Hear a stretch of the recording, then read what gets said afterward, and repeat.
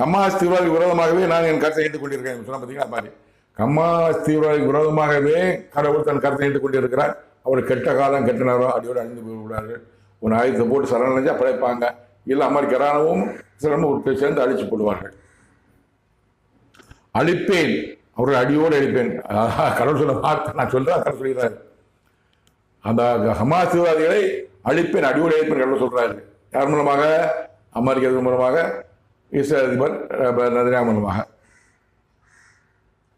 புதிய தேசம், பாலஸ்தீன தேசம் புதிய தேசம் உருவாகும் முன்னால் என் சித்தத்தின்படி, இந்த திட்டத்தின்படி புதிய தேசம் பாலஸ்தீன புதிய தேசம். இப்ப அழிஞ்சு போச்சு, நாசமா போய் கிடக்கு, கட்டணமா அழிஞ்சு போய் கிடக்குது. புதிய தேசம் உருவாகும் பாலஸ்தீன தேசம். நம்ம பாலஸ்தீன மக்களுக்கு தான். யாரால்? கடவுளால் தான். இந்த மாமனிதன் மூலமாக கடவுளின் சித்தத்தின்படி, திட்டத்தின்படி. கடவுள் என்ன சித்த வச்சிருக்காரு, சித்த வச்சு என்ன சித்தம்னா அவர்